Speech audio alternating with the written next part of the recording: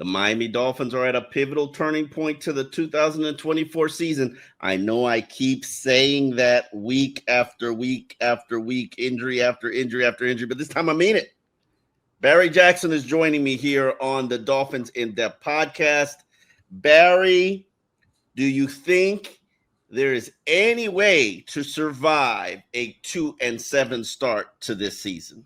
Absolutely not. If you don't win Monday, you might as well fold up the tent, go to Cancun, start thinking about the draft. The idea of winning 7 in a row after that to be able to salvage the season and sneak into a wild card spot would seem so improbable when you consider the games at Houston, the home Francisco. You'd have to beat the Jets twice when you're likely going to split with them. And, of course, the Thursday night game in Green Bay. And I know Jordan Love has been turnover prone, but he's a good quarterback. The Packers have a good team. So Monday is it. If you win it, you keep alive, I don't know, maybe 25% chance of a wild card berth. If you lose it, start making plans for Cancun for February. Now, let me put it to you on this end. Let me flip it around to you. Do you think a win over the Los Angeles Rams, who have won 3 straight games, can spark a winning streak, much like they had in 2021 when they won 8 of 9 final games, Barry, with Tua Tagovailoa as the starting quarterback? Yes, even as pessimistic as I've been this year, I don't rule it out because I was so encouraged by the offensive performance against Buffalo, because I was ready to say, look, this offense just can't perform against winning teams, because they didn't since the Tua eruption 6-touchdown game against Baltimore, which was already 26 months ago. We needed more evidence that this offense could score against a good team and a good defense. Last Sunday gave us that. So because of that, I'm a little bit encouraged. What I'm not encouraged about is the pass rush. Second fewest sacks in the league, ahead of only Atlanta. I'm not encouraged about their inability to create turnovers. They've only created 6 all year. We learned today that Javon Holland is still not ready to practice with his knee issue. He's one of the turnover creators. Their other big turnover creator, Bradley Chubb, remains out with the ACL from December 31st of last year. He's not ready to practice. So I don't know where the turnovers are going to come from unless teams start throwing at Jalen Ramsey more. He obviously had the great pick last week. So because of the lack of sacks, because of the lack of turnover creation, and because of a run defense that's been spotty, I don't know that they can go on a stretch of 7 or 8, but I don't think it's out of the question because of the way the offense has played since Tua came back. Has that left you a little more optimistic, or are you still feeling, as I have, that this is basically going to be a lost season? You know what? I've been optimistic all season. I keep expecting them to turn the corner against Tennessee and then Indianapolis and then Arizona. I didn't expect them to play as well as they did against Buffalo, but I was encouraged by the performance that they had. Now, they didn't finish it, which, Jordan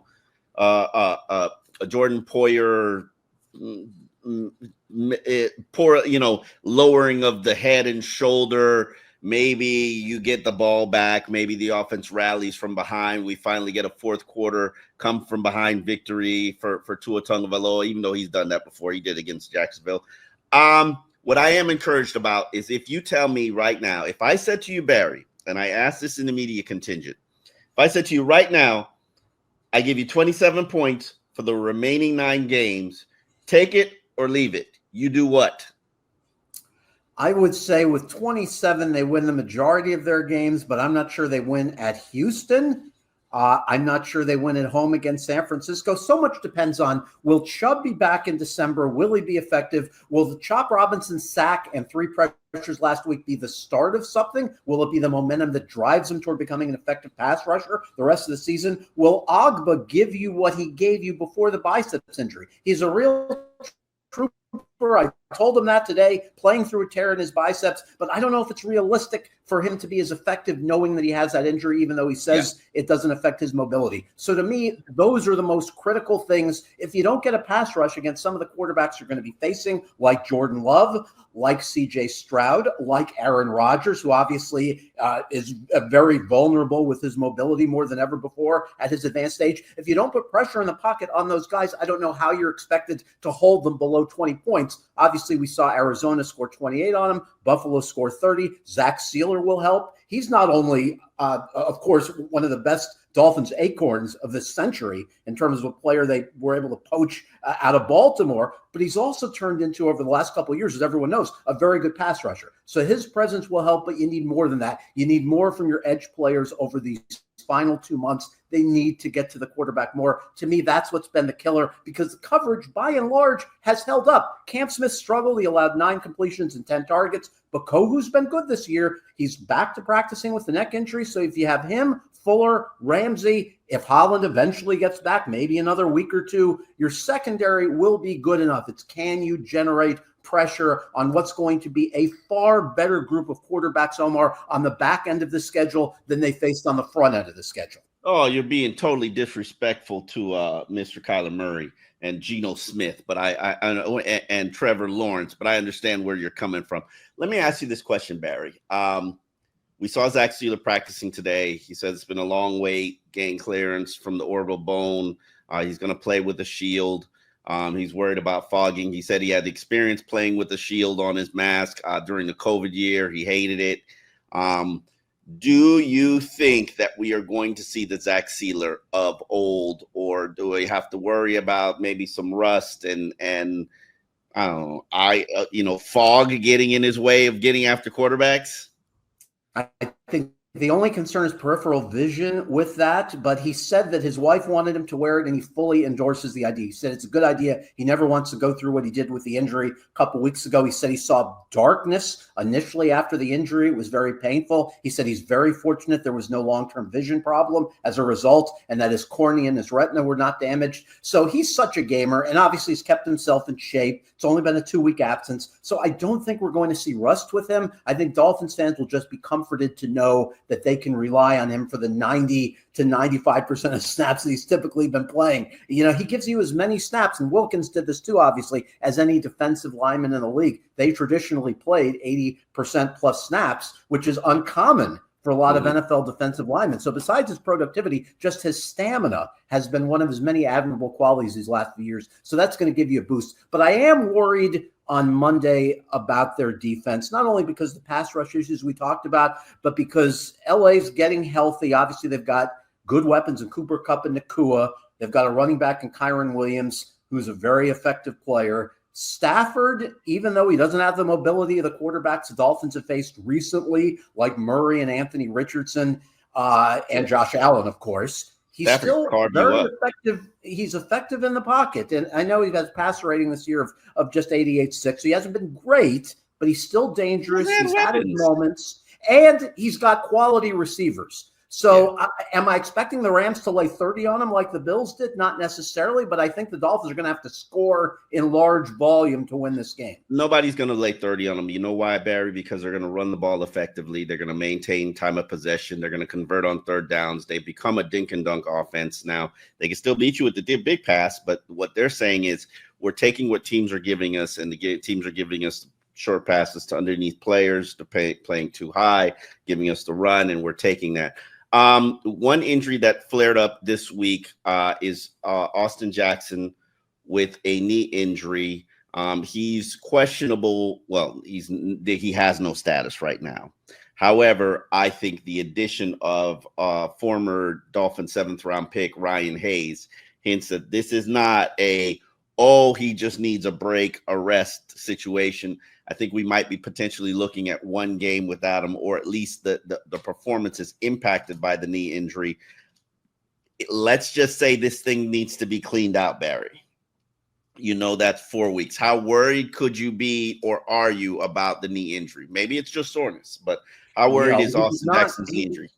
He was able to play every snap on Sunday, so that's encouraging. That wouldn't suggest that it's something terribly serious. And this was their first practice of the week.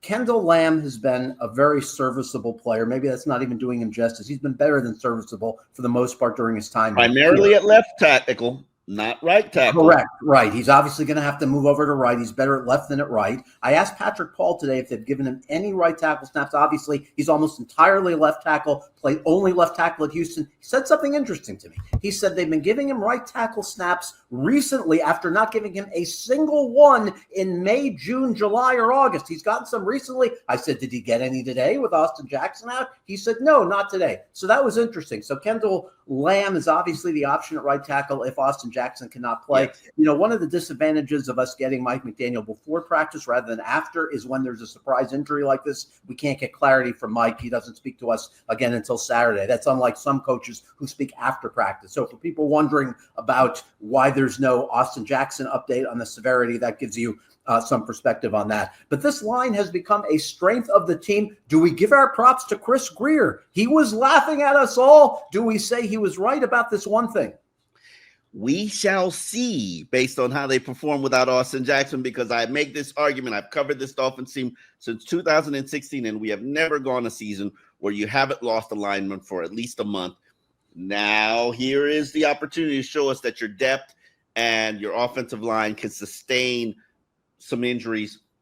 I'm a big Kendall Lamb fan. I thought he played admirably last year in his 8 starts, but primarily that is a left tackle. And I make this argument to you. Kendall told me, he said to the coaches, hey, I know what the deal is with Patrick Paul. If you're going to have me back here as a swing tackle, I need the reps at right tackle. And then we saw that at training camp. There were days that he would exclusively work at right tackle. That is not a spot that he is comfortable at. However, the emergency times call for emergency situations.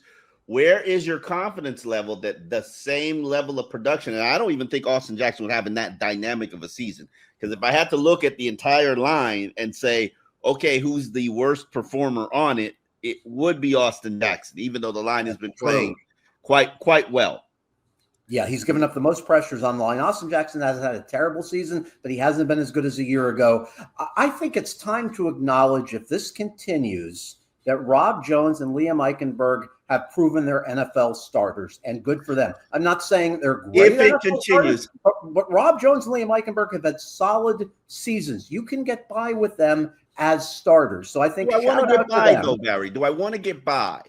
Well, your payroll is so top heavy that you're going to have to get by at some positions. I did a piece yesterday on MiamiHerald.com about the difficulty of moving on for many of their top players. And part of the reason is the enormous cap hits, the enormous dead money hits if you get rid of them. So you have 7 players on the team with cap hits of more than $13 million next year, 4 of them with cap hits over $22 million. So you can't fill every position with quality veterans who are expensive, which is why it has been so hurtful, Omar, that they've gotten nothing out of the last 3 drafts except for Achane and Jalen Wright. Obviously, Chop Robinson hopefully can be something. He hasn't been a bust. He hasn't been great either. Hopefully Patrick Paul will do something. But to this point, with the limited number of draft picks they had in 2022 and 2023, there's been nothing to show for it except Devon Achane, who has turned into a terrific player. Credit Chris Greer for that. But that's why the lack of what you're getting from the draft is so costly, because they're constantly now over the cap or up against the cap. They have very little money now. They're $4.4 million in the draft. You have to buy good, cheap labor. Good, cheap labor is hard to buy. That's just bad contracts. That's just bad roster structure. When you give majority of your salary cap, 60, 70% of your salary cap to 8 players, I'm sorry. That's not a healthy way to do business. I've said this from the beginning of when they started doing this, when they started, giving players bonuses and extending players. I like some of the extensions, Barry, but answer me this question. Name me the extension right now that Steve Ross, if he had an honest moment, was giving some truth serum, would say, I don't regret signing that extension. The guy that he doesn't regret. That's a good question. Well, the obvious one, and this is going back a year, is Sealer, because you're going to get solid. No. He didn't get an extension. I'm talking about just this year. Oh, just this year. Okay, yeah. He got his extension last year. Ramsey, with his, obviously at the time of the trade with the Rams, it was restructured, but then it was extended. So I don't think there's any regret on that. I wouldn't regret Tyreek yet, because I think he's largely not to blame for the numbers being diminished. You could make the case that he and Waddle need to do a better job getting off press coverage on the line. That's been a problem, to the point that McDaniel actually brought it up to us today, which was shocking. I don't know if you thought about that, but he actually brought it up to us today. He said that this was the best game of Tyreek getting off the coverage in the first 5 yards, and obviously contact is permitted from a cornerback. So Mike brought that up unsolicited, which would suggest, as we've seen with our eyes, it has been an issue at times. But other than that, I don't think Tyreek is largely to blame for his numbers being down. He's about to have the worst season of his career. He's about to have statistically the worst season of his career, Barry. Yeah, I'm sorry. but I blame that mostly on mishandling a backup quarterback. And also the running game's been purring the last couple of weeks, so there haven't been a lot of deep balls. He's I got one for you. Hill. I got one for Tyreek you. Hill. Hold on, wait a minute. Time Okay. out. Okay. And I'm a big Tyreek Hill fan, okay? Outside of the foolishness and the antics and the lies and and outside of all that, the Tyreek Hill, the player, big fan here, okay? I used to argue for 2 years that he was better than Justin Jefferson. I'm sorry. And I know Sam Darnold is a former NFL starter, and nobody that Miami had as a backup is a former NFL starter. Name me the single performance that Tyreek delivered this year that met your expectations. There has Jacksonville, the 80-yard touchdown, right, that helped get them away. Without that play reigniting them down big in the second half, they would not have won that game. Sadly, that's it. But the blame goes around. Obviously, Tyreek gets some of the blame. But the blame obviously goes to mishandling a backup quarterback, and it goes to McDaniel not getting him the ball enough, whether it be on reverses, whether it be on screens, whether it be on something. Obviously, the 2 touches in Indy was totally unacceptable. And against Arizona, I found it interesting.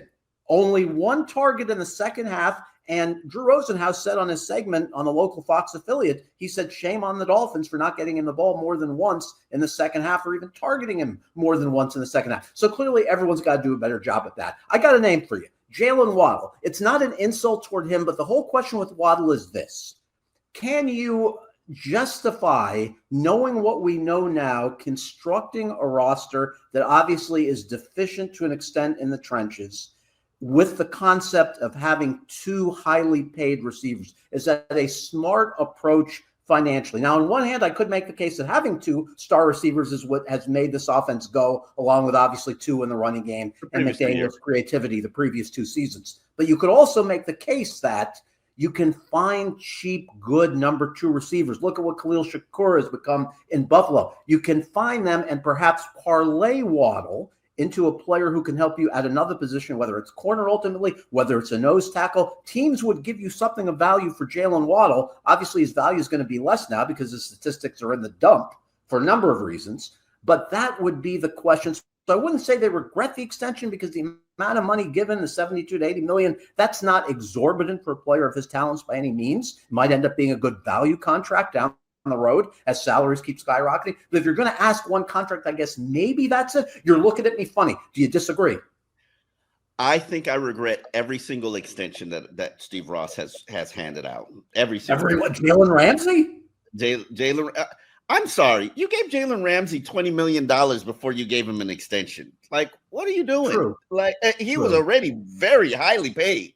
And I get it. This is a player-empowered organization. And let's be real about it. Everybody's scared of Jalen Ramsey in the organization. It is what it is.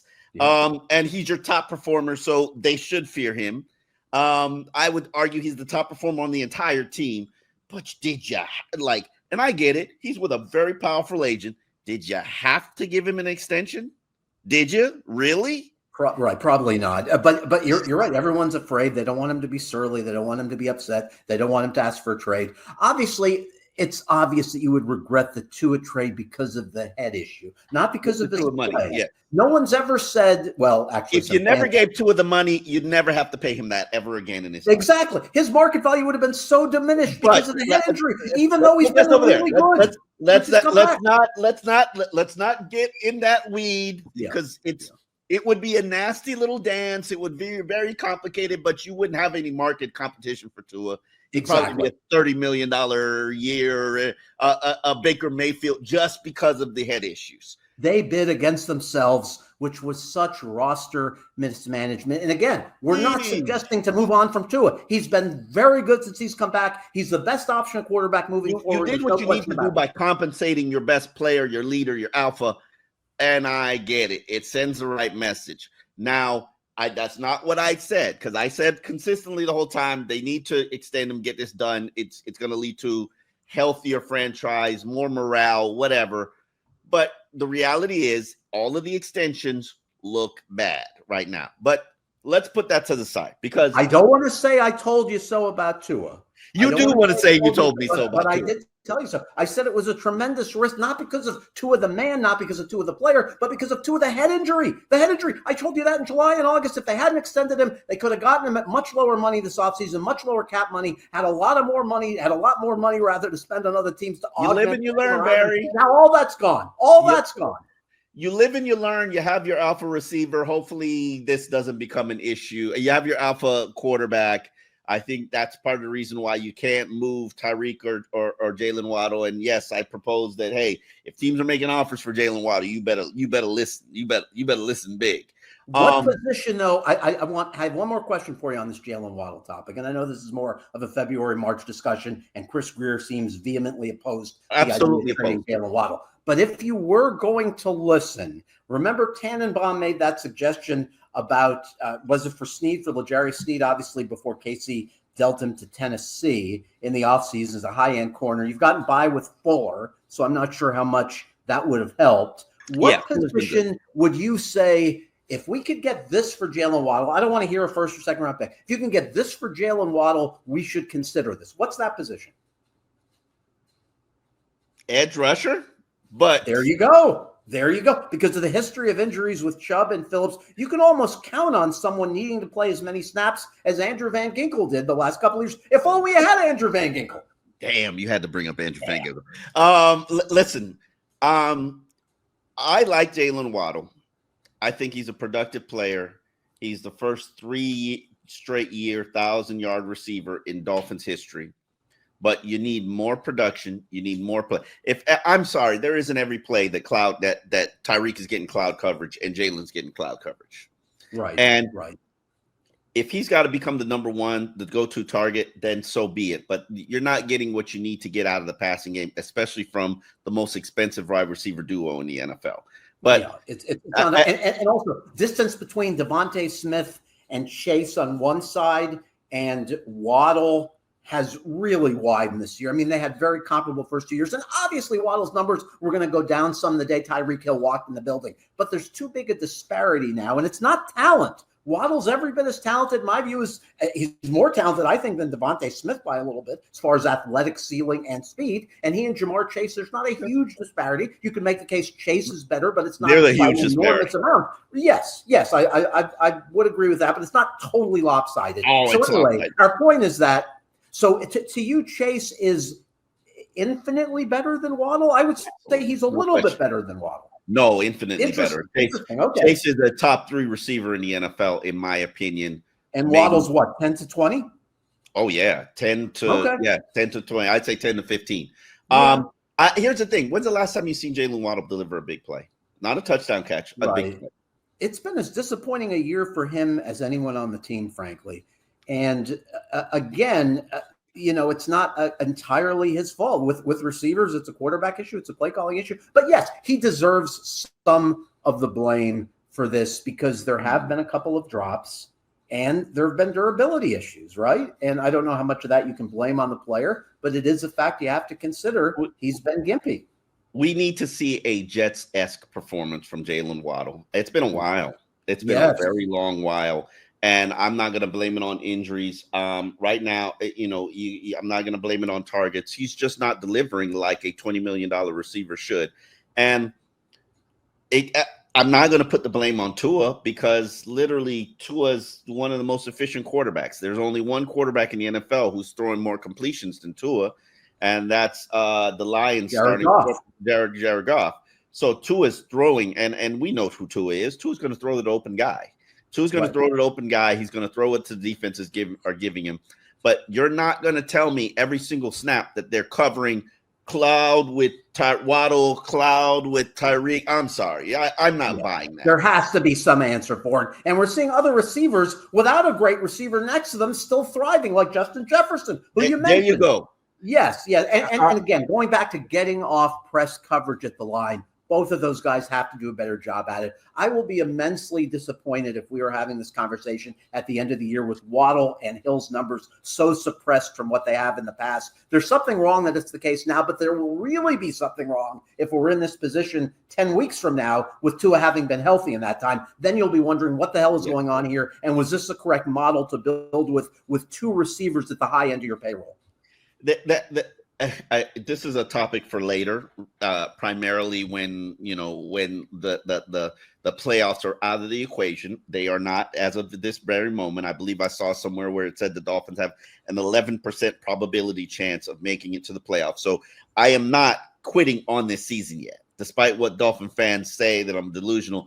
No, I watch this team. I see too much talent. However, I am a firm believer you build a team from inside out. Yes. And I've always been that way. You look at how the good, productive, successful teams are built, and they're built from the inside out. This Dolphins organization builds from the outside in. And hey, you know what I'm saying? If that's how you want to build your organization, Chris Greer and Mike McDaniel, more power to you. I actually wrote a column that's going to appear in Friday's Miami Herald. And it continues on my critical nature of the way the team has been built, the way it's been coached. And mind you, I'm actually praising Mike McDaniel for the demotion of David Long, because that's just not something in his character, or I think it's not in his character. But he saw it, couldn't deny it, had an opportunity to make a switch because he had a quality player in free agency, and props for Chris Greer for adding Anthony Walker. And they made the switch, okay, and demoted a captain. That is not easy for anybody to do from a leadership standpoint. And Mike McDaniel, Mr. Everybody's buddy, did it for the sake of his team.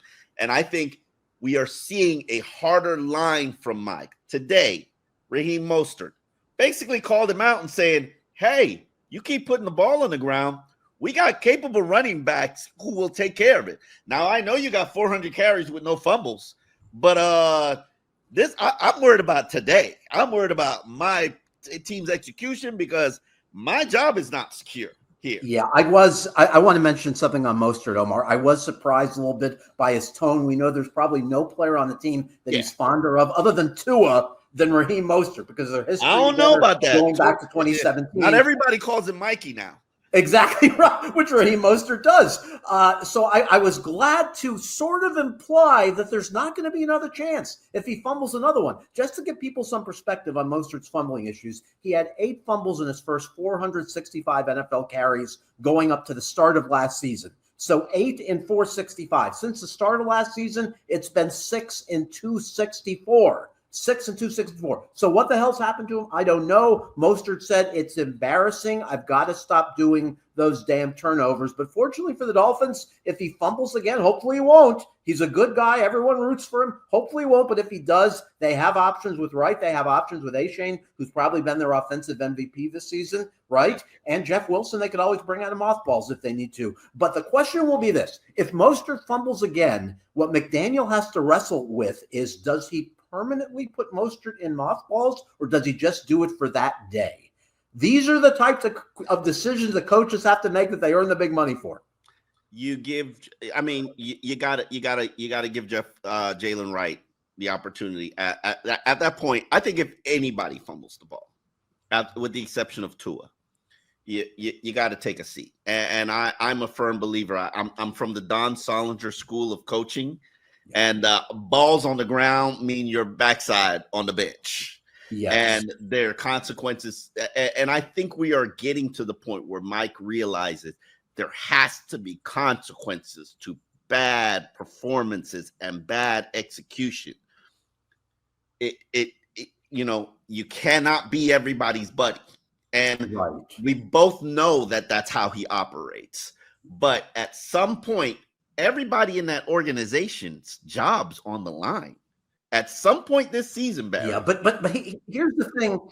Here's the thing with player and consequences. You can only take a stand when you have a player who's competent behind him. You can take a stand with David Long because they know Anthony Walker's been an established NFL starting linebacker, had some good years in Indy, was solid in Cleveland, has battled injuries, right? So you can do it with him. You can do it with Raheem Mostert because you know you have your offensive MVP, Achane, behind him, and you got a promising rookie, Jalen Wright, behind him. But you can't do it necessarily if your guards screw up with the way the roster is constructed. You can't do it with them. You can't do it with Benito Jones, who's been subpar all year when you need nose tackle snaps because you don't trust Brandon Keeley enough behind him. So you can only do it at certain positions. Jalen Waddle could drop the next 6 passes thrown to him. He's not getting benched. So McDaniel is kind of at the mercy of what he has behind the players who's being benched. But I want to say one thing about David Long.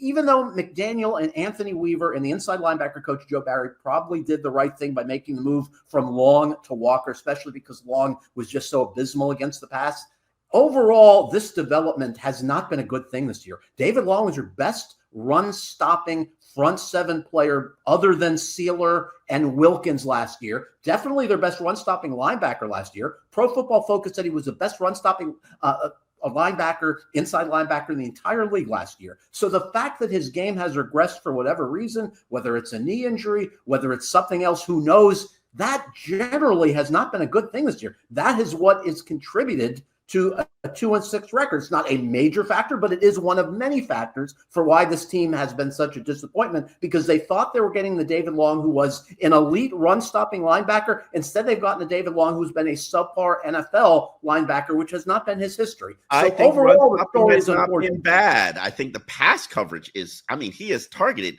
in a passing game. For the Cardinals targeted him. Buffalo targeted him in the first game. They knew they were going to target him again. Bad.